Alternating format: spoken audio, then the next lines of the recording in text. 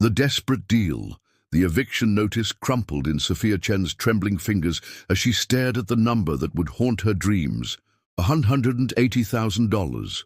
Her father's gambling debts had followed her like a shadow long after his funeral, and now the wolves were at her door. Rain hammered against the windows of her tiny Brooklyn studio apartment, where canvases covered in unsold paintings mocked her from every corner. 3 years of art school, 2 jobs, and countless sleepless nights had led to this moment, losing everything because of a dead man's addiction. Her phone buzzed with another threatening text from Marcus Volkov's collection agency. Pay up or face consequences. She'd seen what those consequences looked like when they'd visited her neighbor last month. The woman still walked with a limp. Sophia grabbed her jacket and headed into the storm. If she was going to lose everything anyway, she might as well spend her last $20 on decent coffee. The cafe in the Romano Industries building had become her guilty pleasure. Overpriced. Sanctuary, where she could pretend to belong among the suits and success stories. The marble lobby gleamed under crystal chandeliers as she shook rain from her dark hair. Corporate executives bustled past in designer clothes worth more than her rent, their confidence radiating power she'd never known. She was heading toward the cafe when her worn sneaker caught on the polished floor. Strong hands caught her before she could hit the ground, steadying her against a broad chest that smelled of expensive cologne and danger. "Careful there," a deep voice said, and she looked up into the most intense green eyes she'd ever seen. Gabriel Romano stood before her like something carved from marble and shadow, tall, dark-haired, with sharp cheekbones that belonged in a Renaissance painting. His tailored suit probably cost more than she made in 6 months, but it was the haunted look in his eyes that made her breath catch. "I'm fine," she managed, stepping back quickly. Heat crept up her neck as she realized she was staring. "Thank you." "You're soaked," he observed, his gaze traveling over her rain-drenched form with unsettling intensity. "And you look like you've seen a ghost."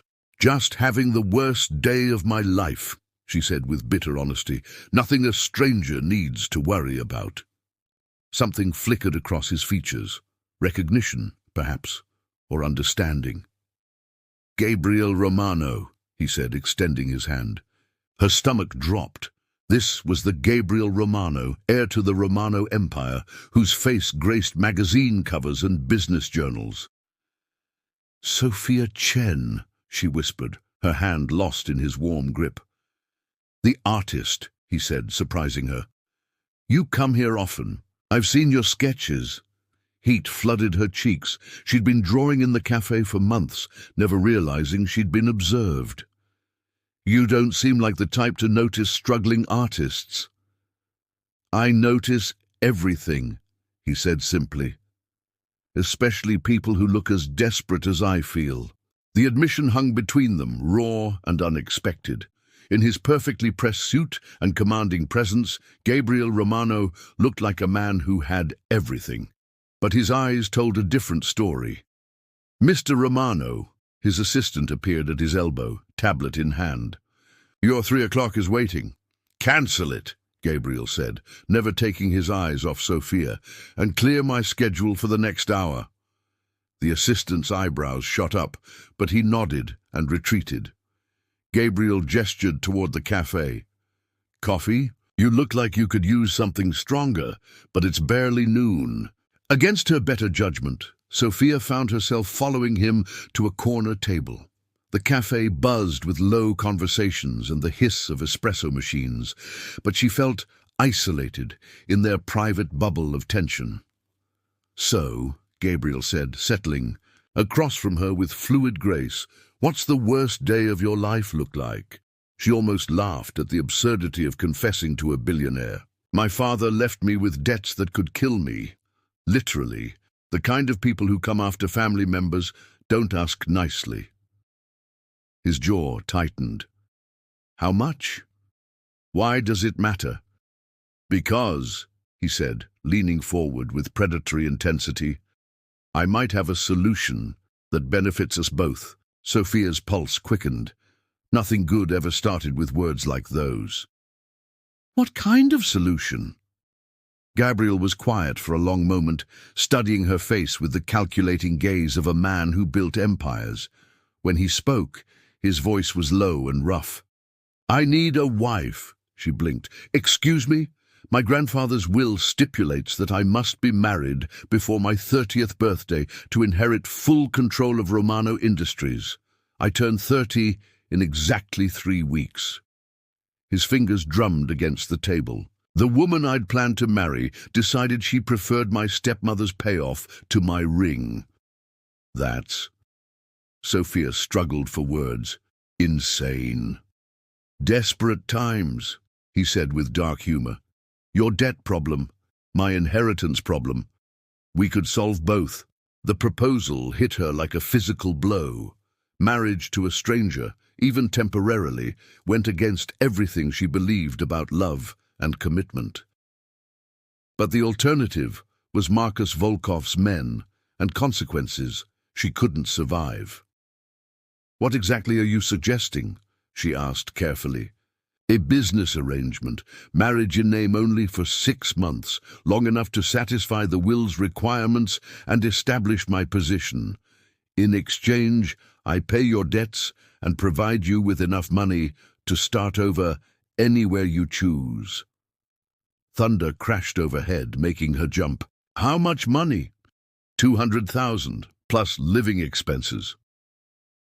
The number stole her breath. It was more than she'd ever dreamed of having, enough to disappear forever if she wanted. But marriages, even fake ones, didn't end in divorce courts. They ended hearts. Why me? She whispered. Because you need me as much as I need you, he said simply.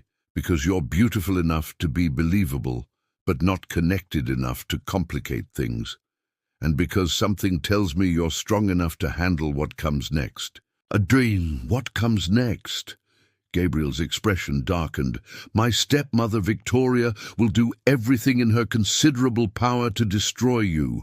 The media will dissect your life, and there will be moments when the line between pretending and feeling becomes dangerously thin. His honesty should have sent her running. Instead, it made her trust him more than she should. This man who could have lied, who could have painted it as easy money, was warning her about dragons.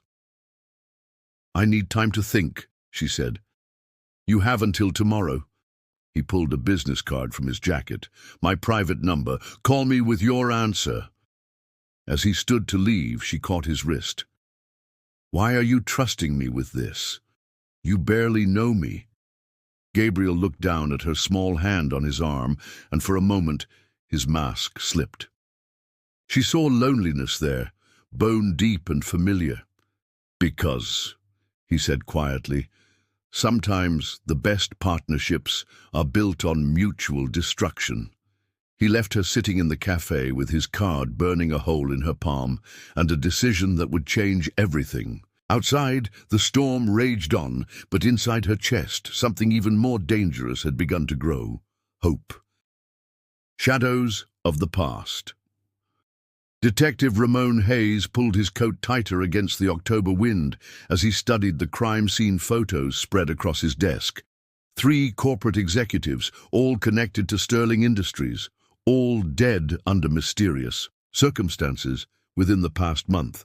The official reports called them accidents, but Hayes had learned to trust his instincts over paperwork, and his instincts were screaming that someone was cleaning house. His phone buzzed. Hayes. Detective, this is Catherine Blackwell. We met briefly at the Morrison Gallery opening last week. I have information about the Sterling Industries investigation. Hayes sat up straighter. He remembered her. Striking woman, impeccable taste, and eyes that seemed to catalogue every detail in a room. What kind of information, Miss Blackwell? The kind that requires a face-to-face meeting, Washington Square Park near the fountain. 1 hour. The line went dead, leaving Hayes staring at his phone. He'd been investigating corporate corruption long enough to recognize when someone was offering to crack a case wide open. The question was whether he was walking into a solution or a trap. 6 years earlier, the rain had been falling in sheets. When Natasha Winters climbed into her Honda Civic for what she thought would be a quick drive to the pharmacy. She'd been fighting the flu for days, but Gabriel had an important presentation the next morning, and she wanted to pick up his favorite throat lozenges. Such a small, foolish act of love that nearly cost her everything. She never saw the black SUV that ran the red light. The impact sent her car spinning across 4 lanes of traffic before it slammed into a concrete barrier. For a moment, consciousness flickered like a dying bulb, and in that darkness she heard voices. Is she dead? Close enough. The fire should finish the job. Make sure there's nothing left to identify. The boss wants this clean. But Natasha Winters was harder to kill than they anticipated. When Dr. Helena Ridge's rescue team pulled her from the wreckage moments before the explosion, she was barely clinging to life, but she was breathing. The woman who woke up in a private medical facility 3 months later was someone else entirely. Your old life is over, Dr. Ridge had told her, sitting beside the hospital bed with the patience of someone who had delivered this news before. Natasha Winters died in that fire. The question is, who do you want to become? Ridge worked for an organization that existed in the shadows between government and private sector, recruiting people who had been broken by the system and reshaping them into instruments of justice. They called themselves the Phoenix Initiative, and their specialty was taking the discarded and the presumed dead and giving them new purpose. The people who tried to kill you have connections that reach into law enforcement, politics, and corporate America, Ridge continued. Traditional justice won't touch them, but we can teach you to be something they never expect, a ghost who fights back. The training had been brutal, physical rehabilitation that pushed her broken body beyond its limits, combat techniques that turned her into a weapon, but the hardest part was learning to bury Natasha Winters so completely that even she sometimes forgot the girl had ever existed. Gabriel Sterling stood in his penthouse office, the black invitation card from Catherine Blackwell turning over and over in his hands. Below, the city sprawled out in all directions, a glittering testament to power and ambition. But all he could see was Natasha's face, older and harder, but unmistakably alive. His desk phone rang. "Sterling, we have a problem." Vivian's voice was tight with controlled fury. "I just received some very disturbing information about our new art curator friend." Gabriel's grip tightened on the phone. "What kind of information?" "The kind that suggests Catherine Blackwell didn't exist before. 5 years ago. No birth certificate, no school records, nothing. Someone created her identity from thin air, and they did a very professional job of it." A cold weight settled in Gabriel's stomach. "Vivian, there's something I need to tell you. Save it. I know exactly who she is."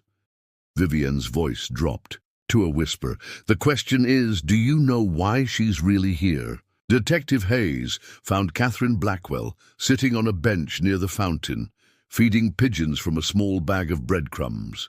She looked perfectly ordinary, just another well-dressed woman enjoying an afternoon in the park. But when she looked up at his approach, those grey eyes held depths that made him instinctively check that his service weapon was secure. "Detective Hayes, thank you for coming. You said you had information about Sterling Industries." She scattered another handful of crumbs before answering.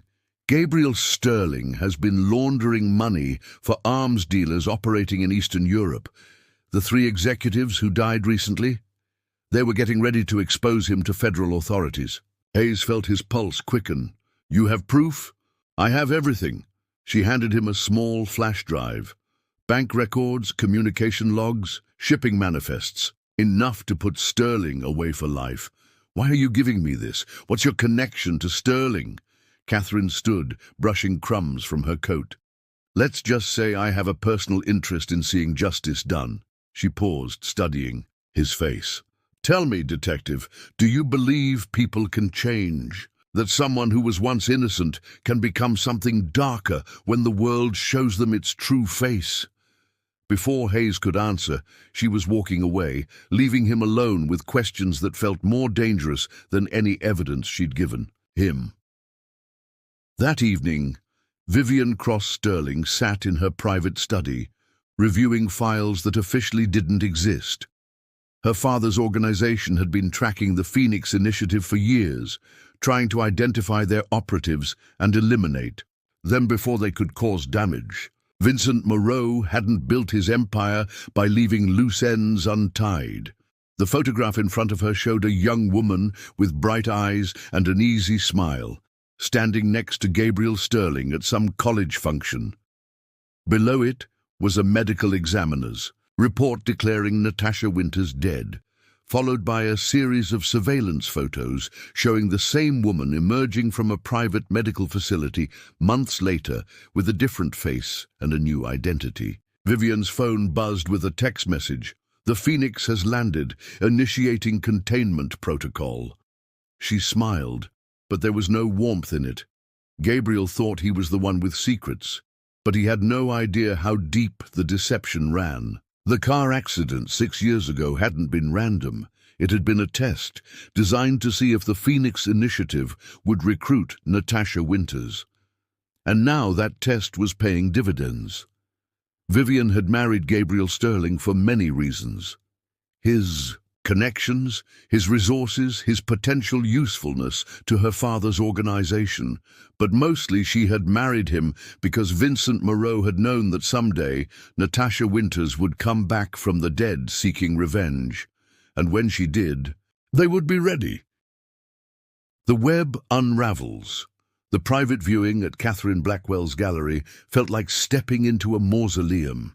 The paintings lining the walls were studies in destruction and rebirth. Cities reduced to ash, phoenixes rising from flames, faces emerging from smoke. Gabriel moved through the dimly lit space with the careful steps of a man walking through his own nightmares. Only 6 people had been invited to tonight's exhibition: Gabriel and Vivienne, Detective Hayes and his partner, and 2 others Gabriel didn't recognize: a distinguished older man with silver hair and a woman whose eyes seemed to catalogue every shadow in the room. "Fascinating work, isn't it?" Dr. Helena Ridge appeared at Gabriel's elbow, her voice cultured and precise. "The artist has a unique perspective on transformation. Most people see destruction as an ending. She sees it as an opportunity for rebirth." Gabriel studied the woman who had introduced herself simply as Helena. Something about her presence set his nerves on edge. "You sound like you know the artist personally." In a manner of speaking, Ridge moved to stand before a particularly striking painting, a woman's face, half destroyed by fire, half perfect and serene. "Tell me, Mr. Sterling, what do you see when you look at this piece?" "Pain," Gabriel said without hesitation. "Someone who's been through hell. And yet she's beautiful, isn't she? The fire didn't destroy her. It revealed her true nature." Ridge turned to face him fully. "Your wife is quite stunning, by the way. Vincent Moreau raised her well." The name hit Gabriel like a physical blow. Vincent Moreau was a ghost story whispered in boardrooms and back alleys, a man who supposedly controlled everything from shipping routes to Senate votes. The kind of man who could make people disappear without a trace. "I think you have me confused." "With someone else," Gabriel managed. Ridge smiled. "Do I? Tell me, when did you first realize that your marriage was a business arrangement? When did you understand that every contract you've signed, every deal you've made, has been orchestrated by forces beyond your control?" Before Gabriel could respond, the lights dimmed and Catherine appeared on a small platform at the center of the gallery. She wore simple black, but in the spotlight she looked like an angel of vengeance. "Ladies and gentlemen, thank you for joining me tonight. The pieces you see around you tell a story, my story. 6 years ago, I died in a car accident that wasn't an accident.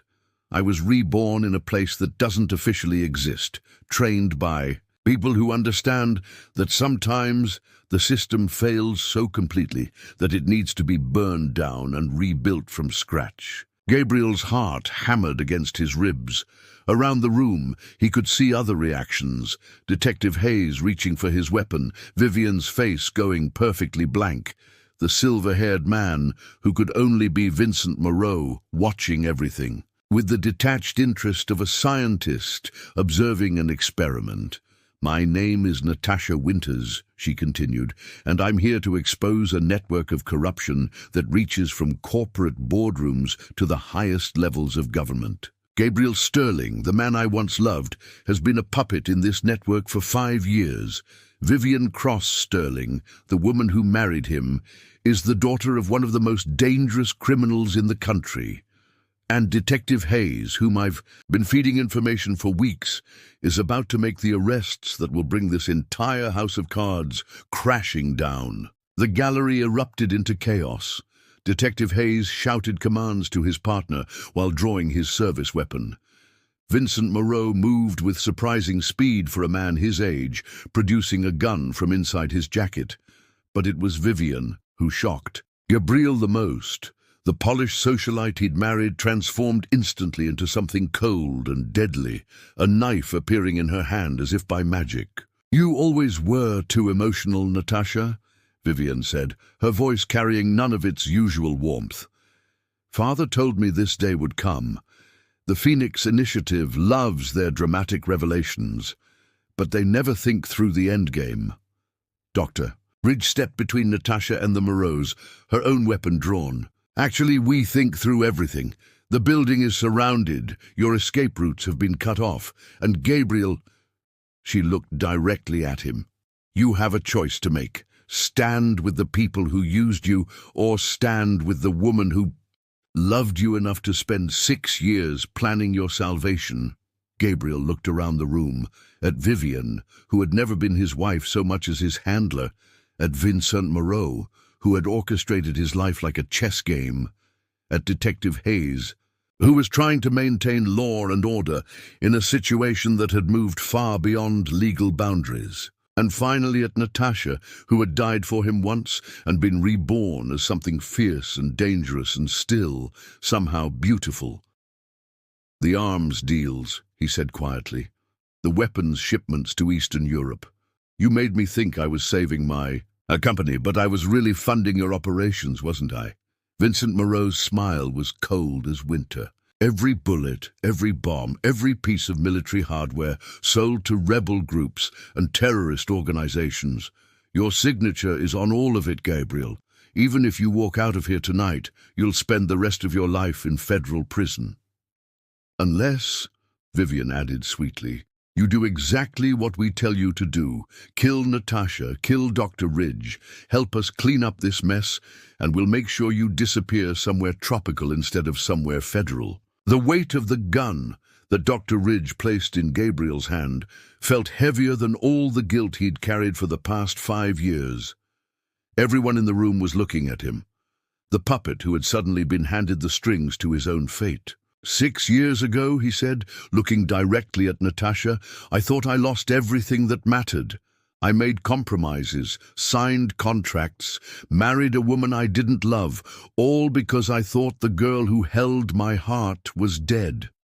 He raised the gun, and for a moment the room held its breath. "But she wasn't dead. She was just waiting for me to remember who I used to be." The gunshot, when it came, echoed through the gallery like thunder.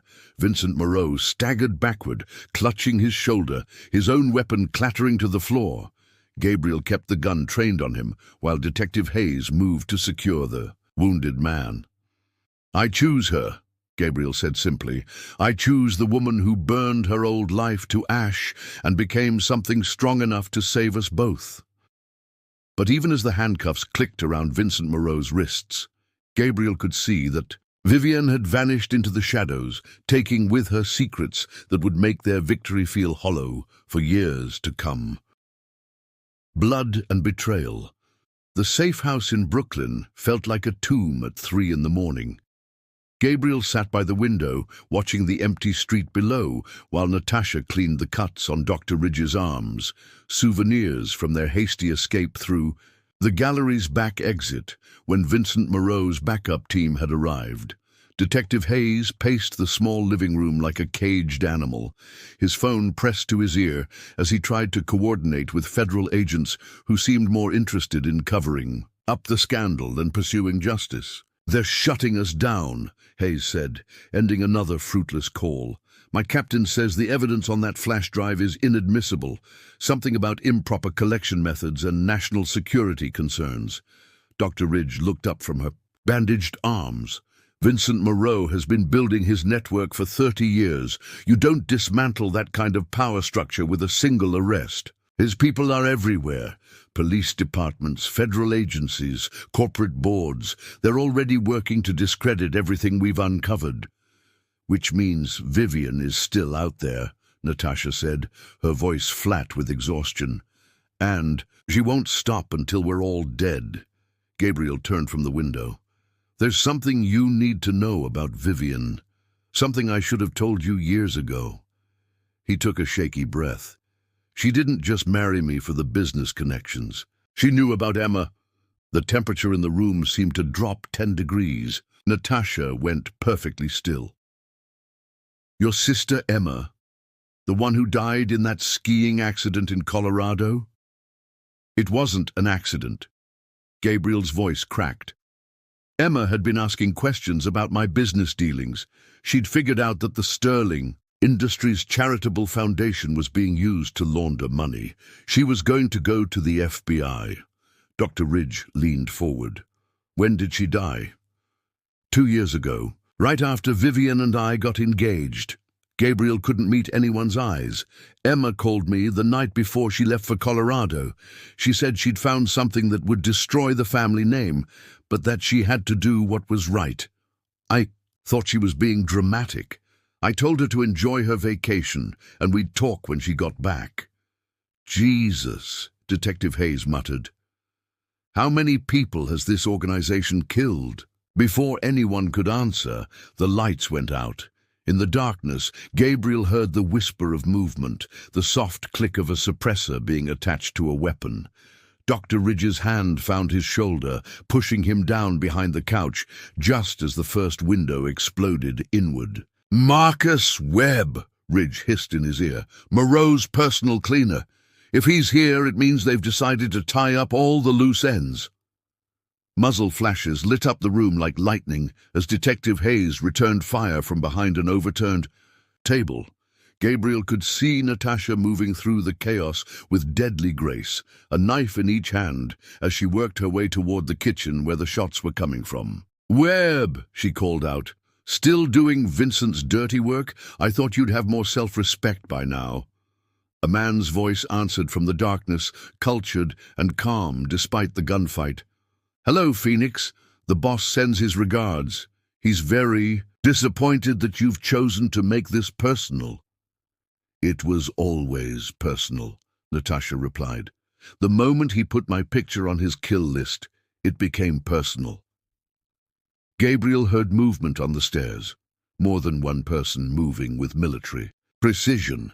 They were surrounded, outgunned, and running out of time. But as he watched Natasha disappear into the shadows like smoke, he realized that the scared college girl he'd once loved had truly died in that car fire. What remained was something far more dangerous. The explosion that rocked the building came from the basement. Gabriel felt the floor shake beneath him as Dr. Ridge grabbed his arm. "Natasha's contingency plan. We have 30 seconds to reach the roof before this place comes down." They ran through smoke and falling plaster, haze, providing cover fire, while Ridge led them up a narrow staircase Gabriel hadn't noticed before. Behind them, he could hear Marcus Webb shouting orders to his team, their professional calm finally cracking as they realized their quarry was escaping. On the roof, a helicopter waited with its rotors already spinning. As they climbed aboard, Gabriel caught a glimpse of Natasha emerging from the stairwell, blood streaming down her face, but her eyes blazing with fierce satisfaction. "Webb?" Dr. Ridge asked as the helicopter lifted off. "Still alive," Natasha replied, "but his team won't be bothering anyone else." She looked down at the burning building below. Vincent Moreau trained them well, but he made one mistake. "What's that?" "He assumed I was still the kind of person who would hesitate to kill." Natasha's smile was cold as the winter wind buffeting the helicopter. "But the Phoenix Initiative taught me that sometimes the only way to protect the innocent is to become something they would fear." Gabriel reached for her hand, expecting her to pull away, but instead she interlaced their fingers with surprising gentleness.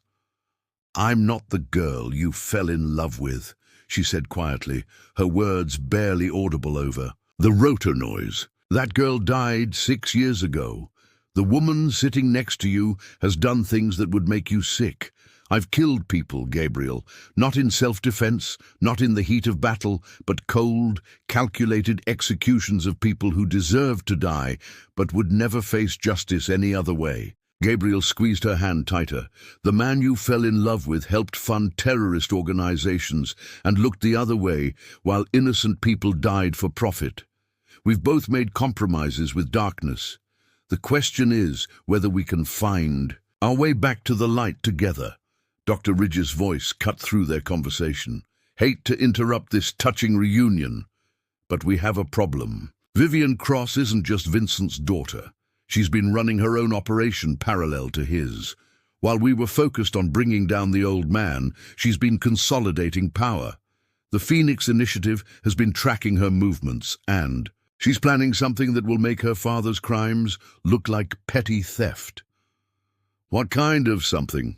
Detective Hayes asked. Ridge pulled out a tablet, showing them satellite imagery of a compound in the mountains of Virginia. "She's been stockpiling chemical weapons, enough to poison the water supply of every major city on the East Coast, and according to our intelligence, she's planning to frame Gabriel for the entire operation." Gabriel stared at the images on the screen. Warehouse after warehouse, filled with containers marked with biohazard symbols. "She's going to kill millions of people just to cover her tracks. She's going to reshape the entire power structure of the country," Ridge corrected. "When the dust settles, Vincent Moreau's organization will be the only group with the resources and knowledge to restore order. They'll go from criminals to saviors overnight." Natasha's grip on Gabriel's hand tightened until he could feel her bones grinding against his. "Then we stop her. Tonight." "It's suicide," Hayes protested. "That compound will be guarded by an army." "Maybe." Natasha looked out at the dark landscape rushing past below. "But I didn't spend 6 years learning to be a weapon just to watch. The woman who destroyed my life poisoned half the country." She turned to Gabriel, and in her eyes he saw both the girl who had once loved him and the deadly stranger she had become. "I'm going after her, with or without backup, but I'd rather not die alone." Gabriel thought of his sister Emma, buried under an avalanche that had been triggered by remote explosives. He thought of all the people who had died because of weapons he had helped put into the wrong hands. He thought of the girl who had driven through a rainstorm to buy him throat lozenges and ended up sacrificing everything for love. "Then let's go kill your wife," he said. Phoenix Rising.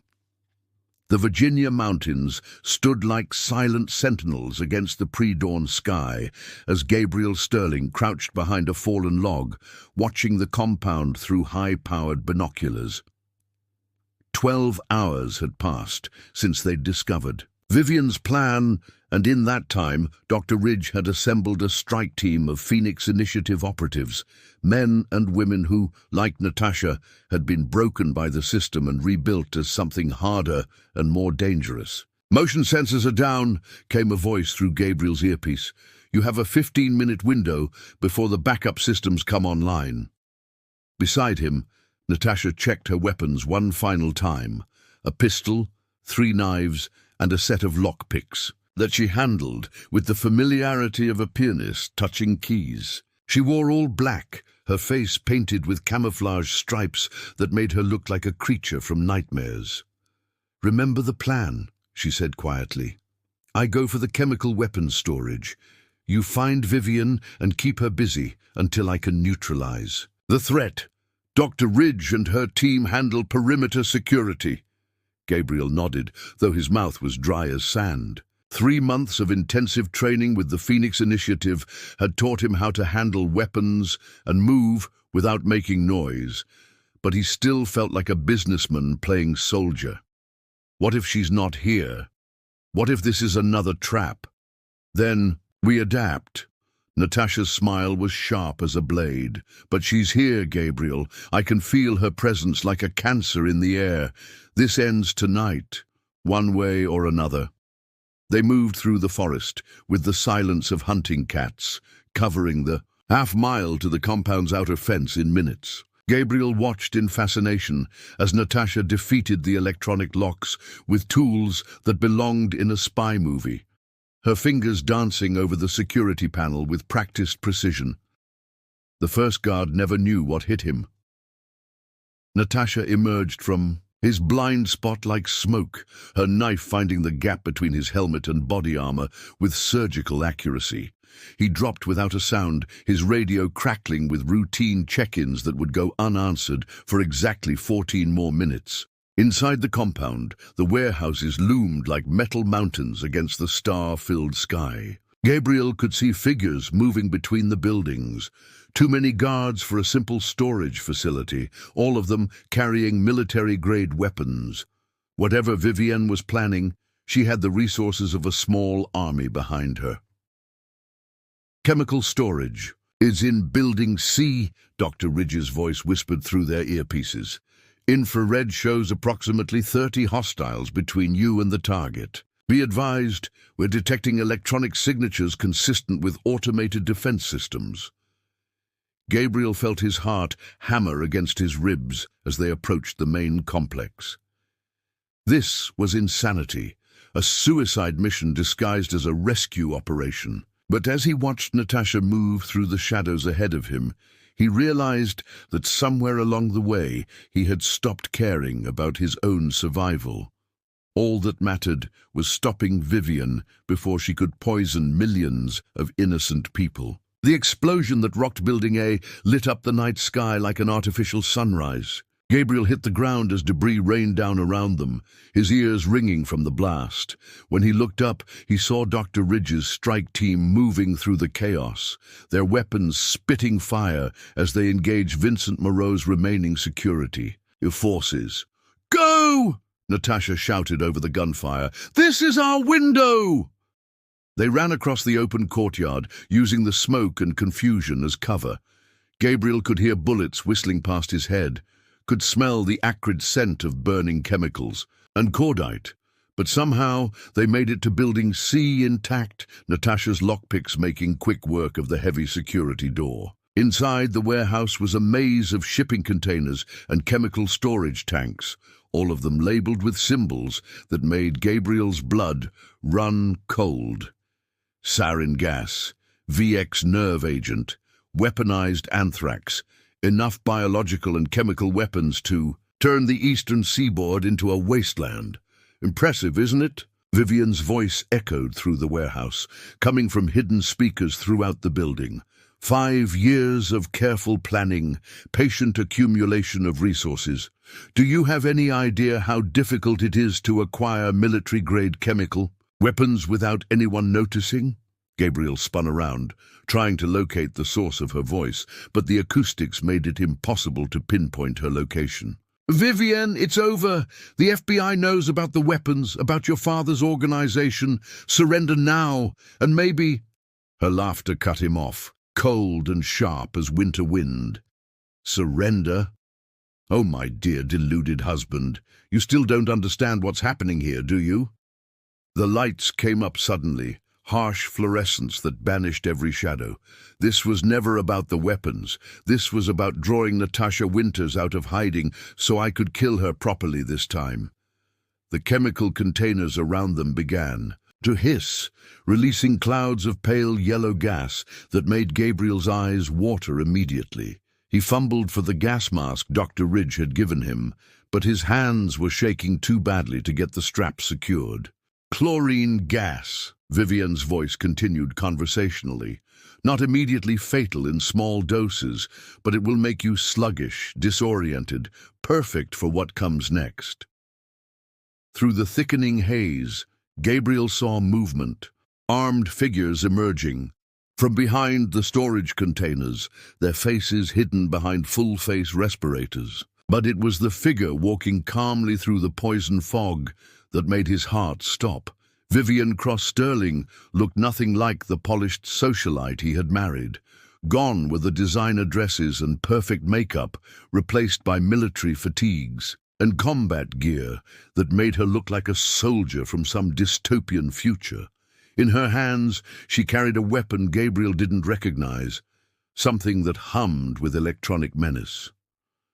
"Hello, darling," she said, her voice muffled by the respirator, but still carrying that familiar mocking tone. "I have to say I'm impressed. Most people would have run by now, but then you always were stubborn to a fault." Gabriel tried to speak, but the gas had left his throat raw and burning. Beside him, Natasha moved like a wraith through the toxic fog, her own gas mask secure as she flanked around toward Vivian's position.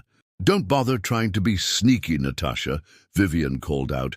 "I can track your movements through thermal imaging. Amazing what military technology can do these days." She raised the strange weapon in her hands. "This is a prototype electromagnetic pulse rifle. One shot will stop your heart without leaving a mark. Very clean, very untraceable." The shot, when it came, lit up the warehouse with electric blue fire. But instead of Natasha's scream, Gabriel heard Vivian's curse of surprise as her target rolled away at the last second, the electromagnetic pulse scorching the concrete floor where she had been standing. "My turn," Natasha said, her voice carrying across the warehouse with deadly calm. What followed was a dance of death that Gabriel could barely follow through his gas-fogged vision. Vivian had training, resources, and superior firepower, but Natasha had something more valuable. 6 years of rage crystallized into perfect, lethal focus. She moved through the poison fog like an angel of vengeance, her knives finding gaps in Vivian's armor with surgical precision. The electromagnetic rifle went flying as Vivian staggered backward, blood streaming from a dozen cuts. But even wounded, she managed to pull a conventional pistol from her belt, the barrel tracking toward Natasha's center of mass. Gabriel didn't remember making the decision to move. One moment, he was crouched behind a chemical storage tank, gasping through his inadequate gas mask. The next, he was throwing himself between the two women, Vivian's bullet catching him in the shoulder and spinning him around like a rag doll. The pain was immediate and overwhelming, but through it he heard Natasha's scream of fury and the wet sound of a knife finding its final target. When his vision cleared, Vivian Cross-Sterling lay motionless on the concrete floor, her eyes staring sightlessly at the warehouse ceiling. "Gabriel?" Natasha was beside him, her hands pressed against the wound in his shoulder. "Stay with me. Dr. Ridge is sending medical support." He tried to speak, but the combination of blood loss and chlorine gas inhalation made everything feel distant and unreal. Through the warehouse windows, he could see the first light of dawn, painting the sky in shades of pink and gold. "Is it over?" he managed to whisper. Natasha looked around the warehouse, at the chemical weapons that would never poison anyone, at the woman who had orchestrated so much death and destruction, at the man who had chosen love over survival, even when it meant walking into hell. "It's over," she said. And for the first time in 6 years, her smile held no trace of the Phoenix Initiative's cold calculation. "We can go home now." As the medical helicopters thundered overhead and federal agents swarmed the compound, Gabriel Sterling closed his eyes and let himself believe that sometimes Love really could rise from ashes and bloom again in the light of a new day. 6 months later, standing in a small art gallery in Portland, Gabriel watched Natasha, who had legally reclaimed her original name, hang a painting of two figures walking away from a burning city toward a sunrise. The scar on his shoulder ached in the morning cold, but he barely noticed it anymore. "It's beautiful," he said, meaning both the painting and the woman who had created it. "It's hopeful," she corrected, stepping back to admire her work. "I never thought I'd be able to paint hope again,"